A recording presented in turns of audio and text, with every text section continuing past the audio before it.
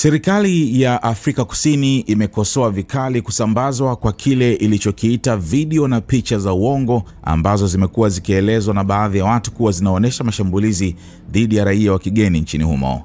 Kauli hiyo inakuja wakati mvutano wa kidiplomasia ukiongezeka kati ya Afrika Kusini na baadhi ya mataifa ya Afrika kufuatia tuhuma kwamba vitendo vya chuki dhidi ya wageni vinaongezeka tena nchini humo. Serikali ya Ghana imeuandikia Umoja wa Afrika ikiutaka kujadili swala hilo, ikisema hali hiyo ni tishio kubwa kwa usalama na ustawi wa Afrika wanaoishi Afrika Kusini. Nigeria nayo imeibua wasiwasi kuhusu hali hiyo na kutoa ofa ya kuwarejesha nyumbani raia wake wanaohofia kushambuliwa. Mataifa mengine yakiwemo Kenya, Malawi, Lesotho na Zimbabwe pia yamewataka raia wao waliopo Afrika Kusini kuwa waangalifu kutokana na hofu ya mashambulizi. Afrika Kusini imejibu barua ya Ghana kwa kusema kuwa haina jambo lolote la kuficha. Shinikizo hili la kimataifa liliongezeka baada ya video mbalimbali kusambazwa mtandaoni wiki mbili zilizopita zikionyesha vikundi vya wananchi vikidaiwa kuwanyanyasa watu waliowahisi kuwa wanaishi Afrika Kusini kinyume cha sheria. Katika moja video, mwanaume anayedaiwa kuwa raia wa Ghana alionekana akihojiwa kuhusu hadhi yake na kuambiwa arudi akaitengeneze nchi yake. Akizungumza na waandishi wa habari baada ya kikao cha baraza la mawaziri, waziri katika ofisi ya Rais Kumbuzo Nshaviheni alisema video na picha hizo si za kweli tu, bali pia zimekusudiwa kuharibu sifa nzuri ya Afrika Kusini kimataifa na kudhoofisha ajenda ya nchi ya kujenga Afrika bora.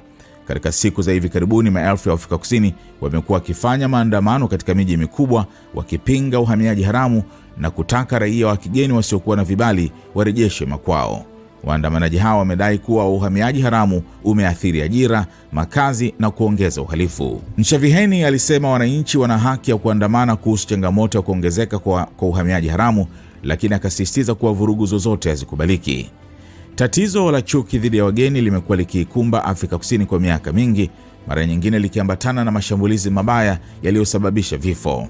Hata hivyo, maandamano ya sasa yameripotiwa kuwa ya amani kwa kiwango kikubwa, bila taarifa rasmi za uporaji wa maduka ya wageni au mashambulizi dhidi ya wahamiaji wasiokuwa na nyaraka.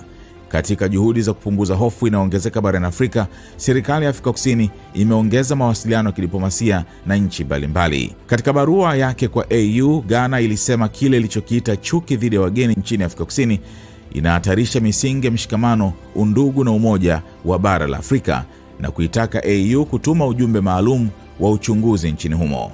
Msemaji wa Rais Cyril Ramaphosa alisema Jumatano kuwa rais huyo amesisitiza kuwa Afrika Kusini ni nchi inayowakaribisha watu.